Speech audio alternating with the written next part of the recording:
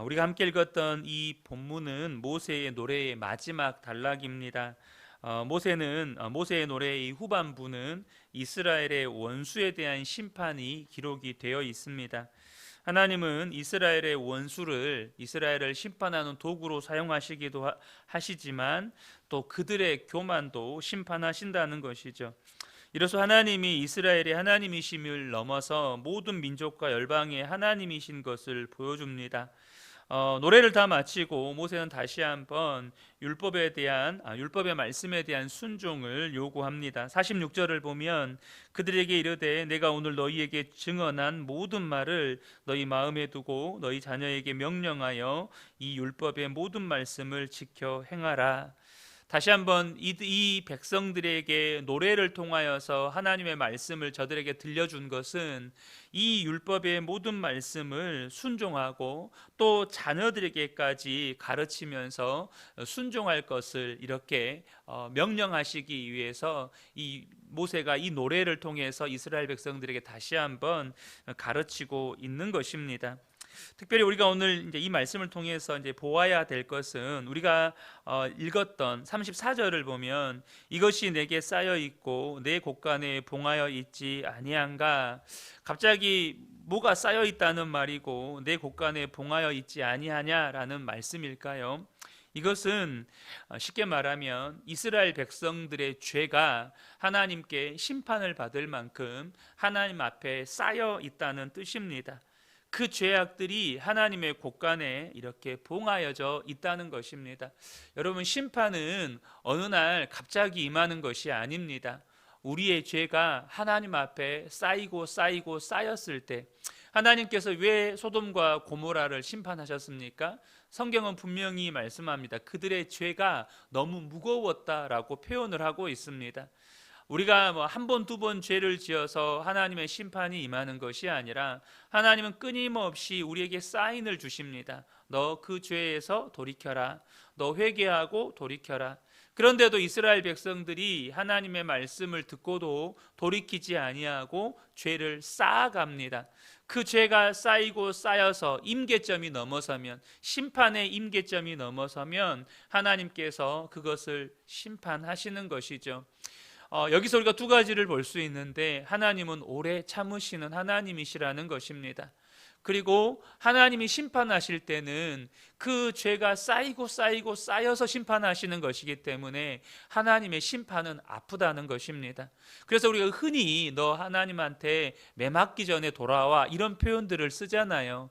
여기에 신앙의 오랜 연륜의 지혜가 사실은 담겨 있는 말입니다. 여러분, 하나님께서 심판의 회초리를 드실 때는 많이 아파요. 왜냐하면 우리의 죄를 한 번 잘못해서 하나님이 그때마다 우리를 야단치시는 것이 아니라 우리를 향하여서 돌아올 때까지 계속해서 하나님께서 말씀으로 훈계하시면서 기다리시는데, 말씀으로 훈계해도 도저히 들을 것 같지가 않아요. 자기 백성들이 깨우치고 돌아올 것 같지가 않아요. 그때 하나님께서 아픈 매를 들어서 정말로 깨닫게 하시려고 이제 징계의 회초리를 들으시는데, 그때는 아프다는 것입니다. 그러므로 저와 여러분이 때로는 하나님의 말씀이 여러분, 하나님께서 왜 목회자를 세우셨을까? 우리가 그러잖아요. 장기를 둘 때 장기를 두는 당사자보다 훈수 두는 사람이 더 잘 본다고 이야기하잖아요. 근데 막상 훈수 두는 사람도 이렇게 자기가 직접 장기를 두게 되면 또 훈수 둘 때 봤던 것들이 잘 안 보여요. 여러분, 우리가 하나님의 말씀을 들을 때 저도 그런 실수나 그런 오류를 범하기도 합니다. 우리가 하나님의 말씀을 개인적으로 읽고 묵상할 때 하나님께서 심판하시는 말씀이라거나 혹은 책망하시는 말씀은 좀 가볍게 건너뛰는 경향이 있습니다. 그리고 축복하는 말씀, 나에게 뭔가 참 은혜가 되는 말씀들은 우리가 그 말씀은 더 주목해서 봅니다. 그래서 축복하는 말씀은 더 주목해서 보지만 책망의 말씀 혹은 회개를 촉구하는 이런 말씀들은 그냥 가벼이 건너뛰고 넘어갈 때가 있어요. 근데 때로는 목회자를 세워서 이 강단을 통해서 하나님께서 말씀하실 때는 여러분들이 평상시에 그냥 건너뛰었던 말씀들, 평상시에 그냥 이게 심판의 말씀이네 그냥 한번 훅 읽고 넘어갔던 그 말씀들이 저와 여러분에게 새롭게 들릴 때가 있습니다. 그 말씀이 때로는 아프게 들릴 수 있고요, 때로는 듣기 싫을 때도 있습니다. 듣기 싫을 때도 있어요. 왜요? 그게 아프니까. 아픈 말씀을 누가 듣기를 좋아해요? 근데 여러분, 말씀이 아프고 듣기 싫은 내용의 말씀을 저와 여러분이 더 집중해서 들을 수 있으셨으면 좋겠습니다. 왜냐하면 우리가 그 하나님의 말씀을 읽을 때 그냥 건너뛰고 싶은 말씀, 혹은 그냥 가볍게 지나가고 싶은 그 말씀이 어쩌면 내 속에 있는 내면의 그 상태, 그래서 나도 들추어내고 싶지 않고 덮어놓고 그냥 넘어가 버리고 싶은 내 내면의 신앙의 상태, 영적인 상태를 들추어내는 말씀일 수 있기 때문입니다.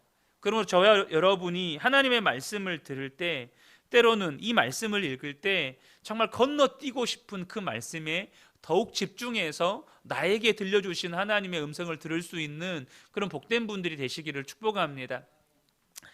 그런데 우리가 이렇게 하나님께서 오늘 본문에 보면 하나님께서 심판의 도구로 사용하시는 민족들, 이 시대로 보면 안 믿는 사람들, 혹은 세상에서 악인이라고 하는 그 사람들이 득세하는 것을 보게 됩니다.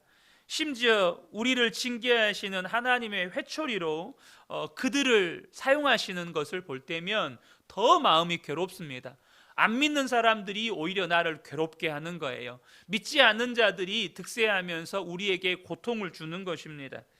그런데 오늘 본문을 보면 지금 그렇게 심판의 회초리로 들어 쓰시는 저들, 그래서 그들이 우리가 이스라엘을 이겼다고 말하는 저들에게 패망의 날이 올 것을 말씀하십니다. 41절부터 43절을 보면 내가 내 번쩍이는 칼을 갈며 내 손이 정의를 붙들고 내 대적들에게 복수하며 나를 미워하는 자들에게 부응할 것이라. 내 화살이 피에 취하고 내 칼이 그 고기를 삼키게 하리니 곧 피살자와 포로된 자의 피요 대적의 우두머리의 머리로다. 너희 면족들아 주의 백성과 즐거워하라. 주께서 그 종들의 피를 갚으사 그 대적들에게 복수하시고 자기 땅과 자기 백성을 위하여 속죄하시리로다. 지금 하나님께서 하나님의 자기 백성을 심판하는 회초리로 들어 쓰셨던 민족들의 교만을 하나님께서 또 심판하실 것을 말씀하고 계시는 것입니다. 우리가 여기서 기억해야 될 것은, 우리가 좀 하나하나 구체적으로 살펴보면 나눌 것이 많지만 우리가 여기서 함께 좀 살펴보고 싶은 것은 뭐냐면, 왜 하나님의 택한 백성들이 믿지 않는 그런 이방 민족들에게 이런 수모와 치욕을 당하는 그런 비참한 처지에 처했느냐 하는 것입니다. 저들은 하나님의 백성입니다. 모든 민족의 하나님이시고 유일한 하나님이신 그 하나님이 택하여 모든 민족의 복의 근원 되게 하시도록, 축복의 통로 되게 하시도록 하나님이 택하신 민족인데, 하나님이 택하신 그 하나님의 백성들이 하나님을 믿지 않는 이방 민족들에게 이런 수치와 수모를 당하게 되었다는 것입니다. 왜 그랬을까요? 바로 이스라엘이 하나님을 버리고 바로 그들이 지금 하나님의 심판을 받아서 패망한 저 이방 민족들의 우상들을 섬겼기 때문입니다. 오늘 본문에는 풍자적인 표현이 나오는데요, 그게 37절과 38절입니다. 또 그가 말씀하시기를 그들의 신들이 어디 있으며 그들이 피하던 반석이 어디 있느냐. 여기서 말하는 그들은 중의적인 의미가 있는데요, 이방 민족들을 가리키기도 하고 동시에 이스라엘 민족들을 가리키기도 합니다. 그러니까 이방 민족들의 신들이 어디 있으며 또 이스라엘이 지금 신들이라고 말하는 그 신들이 어디 있느냐는 겁니다. 그들이 피하던 반석이 어디 있느냐, 도대체 너희들이 신이라고 말하는, 너희들이 반석이라고 말하는 그들이 어디 있느냐. 근데 38절은 그 풍자가 더 극대화됩니다.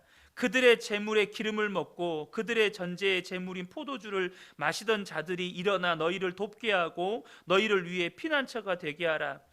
그들의 재물에 기름을 먹었다는 말이 무슨 말입니까? 이스라엘 백성들이 바쳤던 그 재물에 기름을 먹었던 우상들을 말하는 것입니다. 그들의 전제의 재물인 포도주를 마시던 자들, 곧 우상들이 일어나서 너희를 돕고 너희의 피난처가 되게 해라 라는 뜻이에요. 이 37절, 38절의 표현은 이 풍자적인 표현이라고 말씀을 드렸죠. 사실 이방의 우상들은 고기를 먹지도 술을 마시지도 전제의 기름을 먹지도 못합니다. 왜냐하면 신명기 28장 36절의 표현을 빌리면 사람의 손으로 만든 바 보지도 못하고 듣지도 못하고 먹지도 못하고 냄새도 맡지도 못하는 나무와 돌덩이이기 때문에 그렇죠. 이것은 후일에 엘리야 선지자가 바알과 아세라 선지자들과 갈멜산에서 이렇게 전쟁을 펼치잖아요. 그때 이 엘리야 선지자가 이 바알 선지자들을 향하여서 조롱합니다. 열왕기상 18장 27절을 보면 큰 소리로 부르라. 그는 신인즉 묵상하고 있는지, 혹은 그가 잠깐 나갔는지, 혹은 그가 길을 행하는지, 혹은 그가 잠이 들어서 깨어야 할 것인지, 이런 표현을 씁니다. 그러니까 그들이 살아있지도 않는 그 신들을 섬기기 위해서 하나님을 떠났기 때문에, 살아있지 않는 돈을 섬기고 사람이 만들어낸 세상의 어떤 이 사회의 구조 속에서 만들어낸 권력이나 명예나 인기를 얻기 위해서 하나님을 버렸기 때문에 하나님께서 그런 수치와 부끄러움을 당하게 하신다는 것이죠.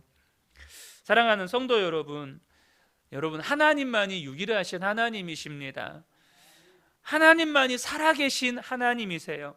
그 하나님을 버리고 생명이 없는 것들, 사람이 만들어낸 그것들을 섬기며 살아갈 때 그 세상이 얼마나 흉포하고 비정한지를, 그 세상을 들어서 하나님께서 심판의 회초리로, 징계의 회초리로 사용하심으로 말미암아 깨닫게 하신다는 거예요. 우리가 그토록 섬겼던 그것들이 우리의 회초리가 된다는 것입니다. 사랑하는 성도 여러분, 하나님의 백성들은 하나님을 섬길 때 세상의 그 무엇보다 뛰어나고 영광스럽게 하시지만, 하나님의 백성들이 하나님을 버리고 세상을 따라가면 세상에서 가장 비참한 자가 되게 하십니다. 저와 여러분이 이것을 꼭 기억하시면 좋겠습니다. 결국 하나님께서는 이를 통해서 하나님 스스로 자신이 누구신지 원수들 앞에서, 열방과 민족 앞에서, 이스라엘 백성들 앞에서 증명하십니다. 39절 40절입니다. 이제는 나 곧 내가 그인 줄 알라. 나 외에는 신이 없도다. 나는 죽이기도 하며 살리기도 하며 상하게도 하며 낫게도 하나니 내 손에서 능히 빼앗을 자가 없도다. 이는 내가 하늘을 향하여 내 손을 들고 말하기를 내가 영원히 살리라 하였노라. 하나님께서 하늘을 향해 맹세하시고 자신의 영원하심을 걸고 맹세하십니다.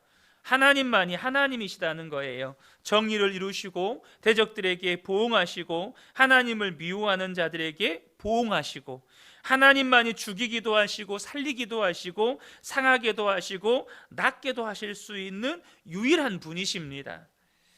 여러분, 저와 여러분이 꼭 알아야 될 것이 하나가 있어요. 그게 뭐냐면, 우리가 하나님께 경배한다고, 혹은 하나님께 찬양한다고, 또 내가 하나님을 위해서 무엇을 한다고 해서 하나님께 영광이 더해지는 것이 아니라는 것입니다.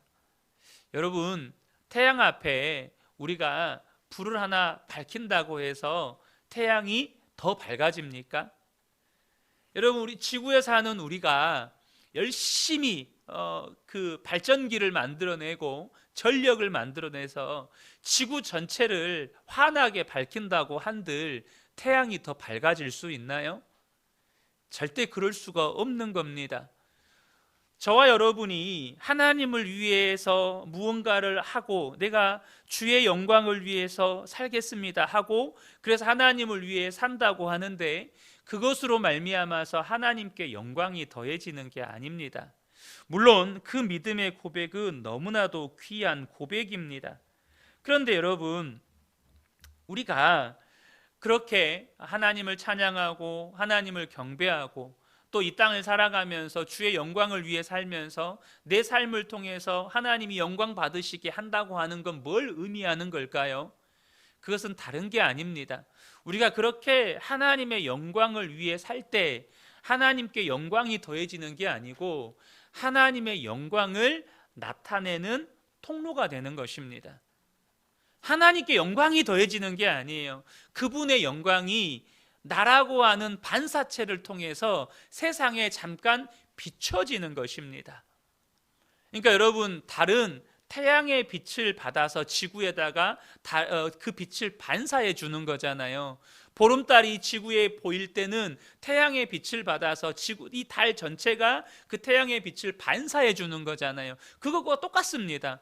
달이 빛난다고 해서 태양의 빛이 더해지는 게 아니라 단지 태양의 빛을 받아서 지구에다가 비춰줄 뿐이에요. 저와 여러분이 주님의 영광을 위해 산다, 저와 여러분이 그렇게 산다고 해서 주님께 영광이 더해지는 게 아니라 주님의 영광을 다른 사람들에게 보여주는 것입니다. 그런데 왜 주님은 우리에게 주님의 영광을 위해 살라고 말씀하실까요? 우리가 주의 영광을 위해서 지음받았다고 하잖아요. 주님을 찬송하게 하려고 지음받았다고 하잖아요. 그것은 우리가 그렇게 삶으로 인해서 주님이 더 영광 받으시기 위해서가 아니라 우리로 영광 받게 하기 위해서입니다. 우리를 높여주시기 위해서입니다. 그런 삶을 살아가는 저와 여러분들을 영원한 하나님 나라에서 영광 받게 하시기 위해서입니다. 사랑하는 성도 여러분, 우리 모든 성도님들이 영광 받으시기를 축복합니다. 정말로 이 땅에서 주님의 영광을 이 세상 가운데 드러내는 삶을 살아서 우리가 하나님 나라에 입성하게 될 때에 정말로 하나님이 높여주시는 그런 복된 분들 되시기를 축복합니다. 끝으로 본문의 모세는 하나님 나라에 가나안 땅에 들어가지 못할 것이라고 하나님께서 말씀하십니다. 49절과 50절을 보면 너는 여리고 맞은편 모압 땅에 있는 아비림 산에 올라가 느보산에 이르러 내가 이스라엘 자손에게 기업으로 주는 가나안 땅을 바라보라. 내 형 아론이 호르산에서 죽어 그의 조상에게로 돌아간 것 같이 너도 올라가는 이 산에서 죽어 내 조상에게로 돌아가리니 라고 말씀합니다. 모세는 알고 있었습니다. 자기가 가나안 땅에 들어가지 못할 것을 알고 있었습니다. 그럼에도 불구하고 오늘 본문을 보면 모세는 죽는 그 순간까지 자기에게 주어진 사명을 끝까지 다합니다. 사랑하는 성도 여러분, 저와 여러분이 사명이 다하는 날은 언제일까요? 주님 앞에 가는 그날입니다. 우리는 주님 앞에 가는 그날까지 우리의 사명은 다하지 않습니다. 여러분, 물론 우리가 이 땅에서는 일터에 어떤 은퇴가 있고 퇴직이라는 것이 있죠. 그러나 우리의 사명이 다하는 날은 이 땅에서는 없습니다. 주님 앞에 서는 그날이 우리의 사명이 다하는 날이에요. 특별히 모세는 왜 이스라엘 백성들을 출애굽시켰나요? 가나안 땅에 인도하여 드리기 위해서 출애굽시킨 겁니다. 하나님의 말씀에 순종해서 가나안 땅에 인도하여 드리신대요. 근데 너는 못 들어가 이러시는 거예요. 너는 들어갈 수 없어. 여러분, 모세가 그렇게 그 하나님으로부터 그 말씀을 받았을 때가 이스라엘 백성들이 목마르다고 물 달라고 했을 때 화가 나서 자기의 의를 드러내면서 이 막대기로 땅을 2번 치면서 화를 냈을 때였습니다. 앞으로 수십 년을 또 이스라엘 백성들과 광야 생활을 해야 돼요. 그때 그는 가나안 땅에 들어가지 못한다는 걸 알았습니다. 그런데 수십 년 동안 이스라엘 백성들을 인도하면서 하나님의 말씀으로 그들을 먹입니다. 사랑하는 성도 여러분, 저와 여러분의 사명은 주님 앞에 서는 그날 끝나는 것입니다. 그날까지 저와 여러분의 주어진 그 사명의 길을 끝까지 달려갈 수 있는 복된 분들 되시기를 축복합니다. 이 새벽에 함께 예배한 우리 모든 성도님들께 이 말씀의 은혜가 함께 하시기를 예수님의 이름으로 축복합니다. 아멘.